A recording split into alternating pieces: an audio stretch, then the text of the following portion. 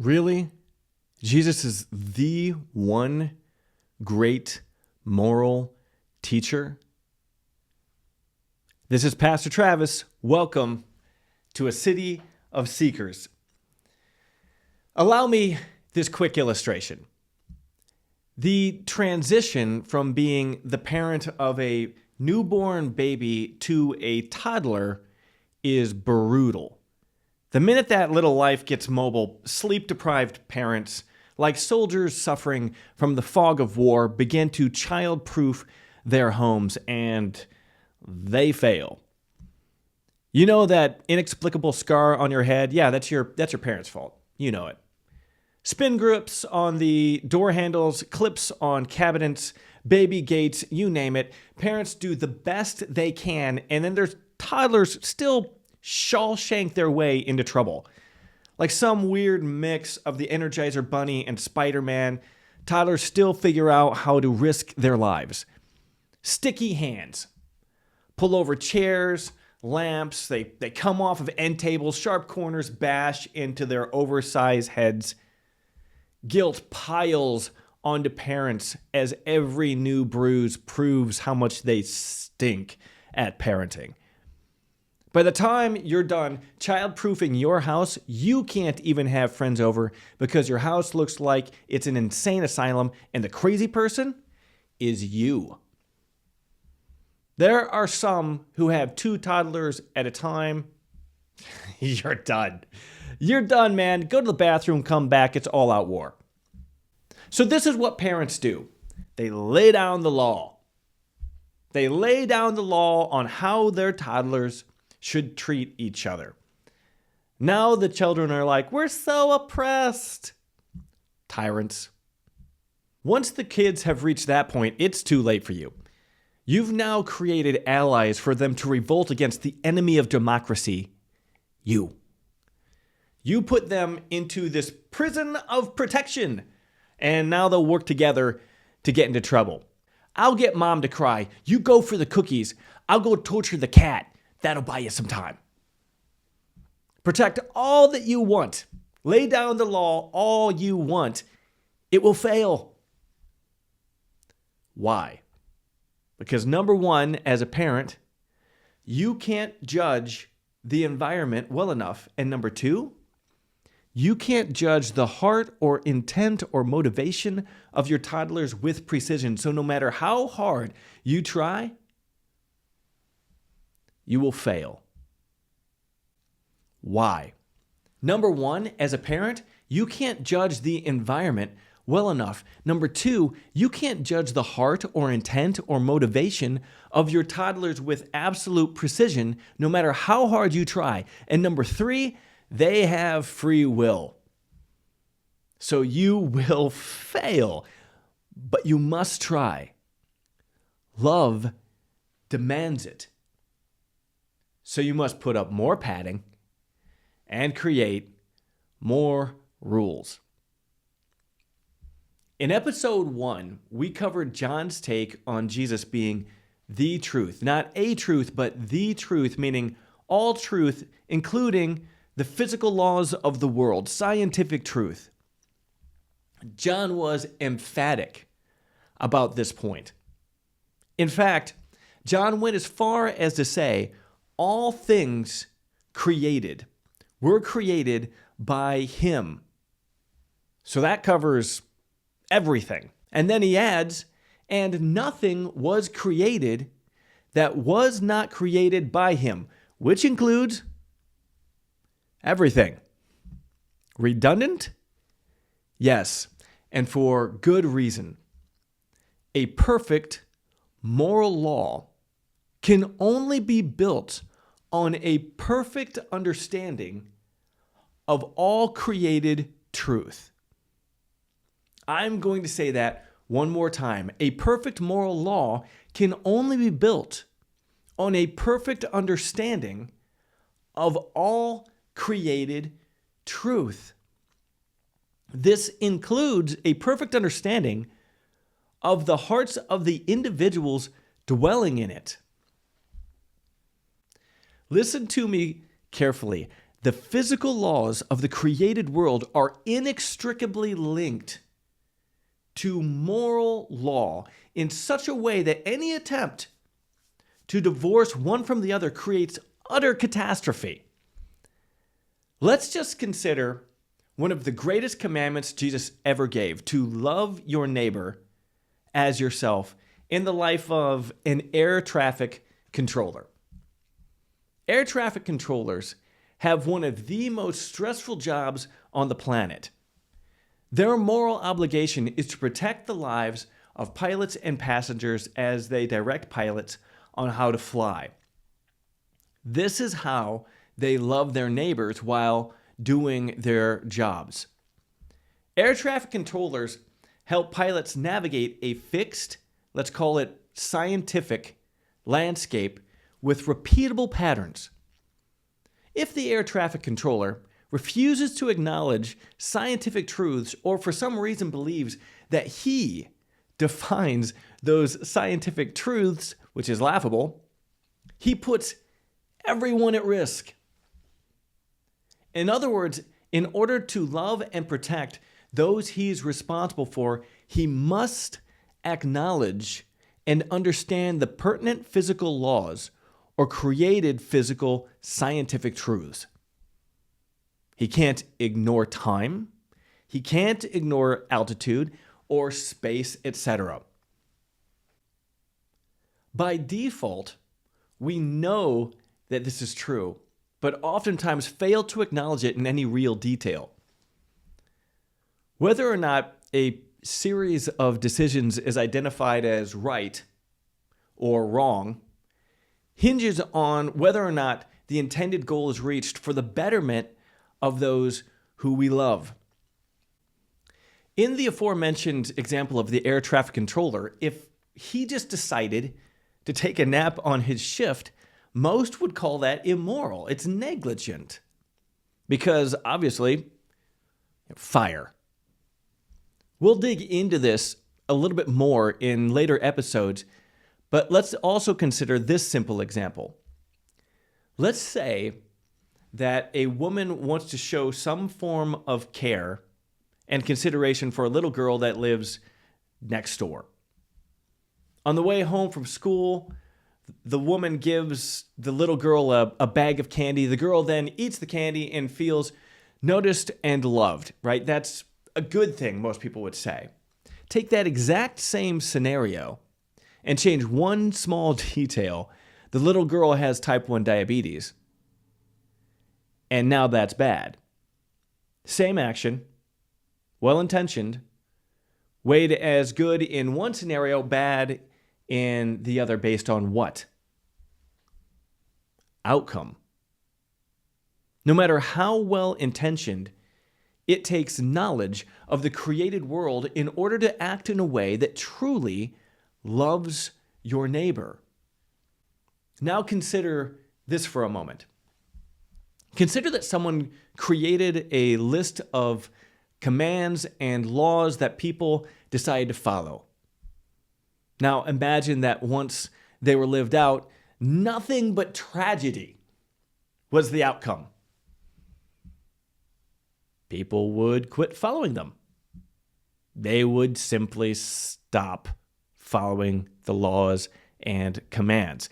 The Bible has lasted thousands of years for good reasons. One of them is that when executed properly, its laws and commands produce positive, loving outcomes. Again, when executed properly, which is easier said than done. Even so, if God's law was simply, "'cause I said so," it wouldn't have lasted. We'll know a tree by its fruit, or a way of living by its outcome, especially in how that outcome loves God and loves others. Let's look at a more simplistic characterization of this from the Bible. Matthew chapter 7, verses 9 through 11 read this way. "Which of you, if your son asks for bread, we'll give him a stone. Or if he asks for a fish, we'll give him a snake. If you then, though you are evil, know how to give good gifts to your children, how much more will your Father in heaven give good gifts to those who ask him? Understanding and discernment concerning the created physical world between a bread and stone or a fish and snake is a prerequisite to good or righteous action. The ability to love your neighbor as yourself hinges on knowledge of created physical truths in such a way as to produce the right outcomes.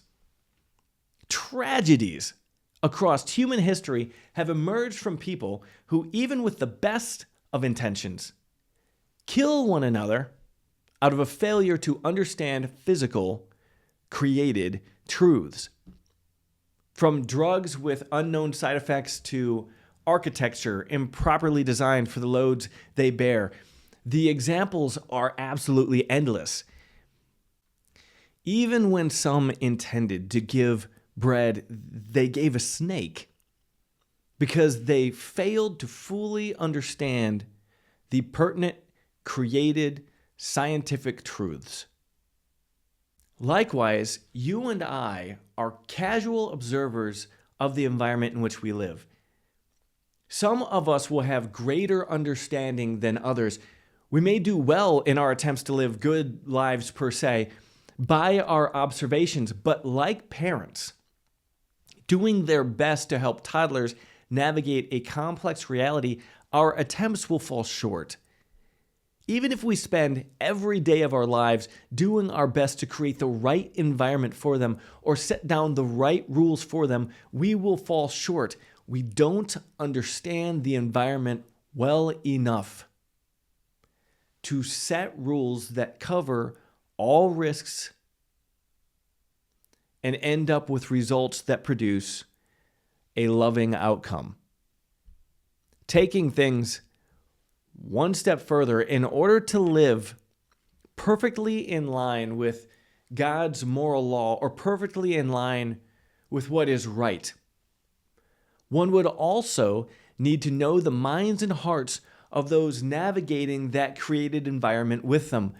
We don't even understand ourselves.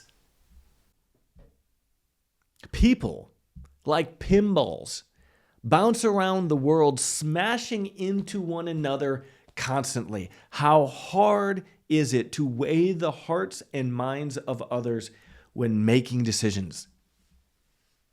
We have to try. But geez, man, it is difficult. A husband and wife want to be fair and give each of their 5 sons an inheritance, but one of the sons has a persistent drug problem. He's in and out of rehab. At the moment, let's just say he's out. Do they give that son a lump sum of money? It could be the equivalent of giving him a snake. Therefore, righteous living rightly in a way that loves your neighbor, requires that one balance not just the complexities of the world, but the complexities of the human mind and heart. If you're picking up on the impossibility of all of this, then good. The greatest moral teachers, leaders, philosophers, theologians, all of them are observers of the created world. Many of them see things that are incredible and worth noting, by the way. However, the only one who could claim to understand and reflect a perfect moral law, the only one who could claim to live righteously, that would have to be the Creator. The one who knows the intimate details of all created things. This is where the brilliance and insight of John shines so incredibly brightly. Back to episode 1 and John chapter 1. In the beginning, was the Word, Jesus, the truth. And the Word was with God, and the Word was fully God. The Word was with God in the beginning. All things were created by him.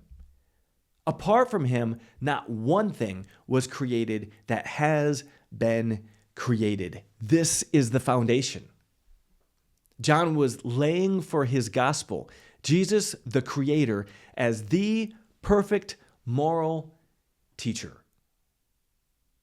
All others are simply observers doing their best. Again, the physical laws of the created world are inextricably linked to objective moral truth in such a way that any attempt to divorce one from the other creates utter catastrophe. Many leaders and philosophers have attempted to destroy Christianity over the ages. They've failed. They will always fail. Biblical commands will last throughout time because its truths are so inextricably linked to the created physical world that when lived out correctly, produce loving outcomes. But there's only one who can do it perfectly. At this point, you might be thinking, Travis, I would love to accept this message. I can't. I wish I could. I just can't. I can't make sense of biblical law, especially Old Testament law. Some of Jesus' commands, gosh, I can't. Believe me when I tell you that as I observed some of the law and some of the commands, I felt the same until I realized the pieces of the puzzle that I was missing. Just hold on. Don't give up yet. I am begging you to commit to 2 more episodes of the Foundation series. I'm begging you. The next number of episodes deal directly with the nature of God's law and the very real friction that exists between the letter of the law, the aim of the law, and personal conviction. I'm titling the next episode, The Biggest Hypocrite. Thank you so much for listening to A City of Seekers. Every person who listens encourages. Please subscribe, like, and share for others to listen.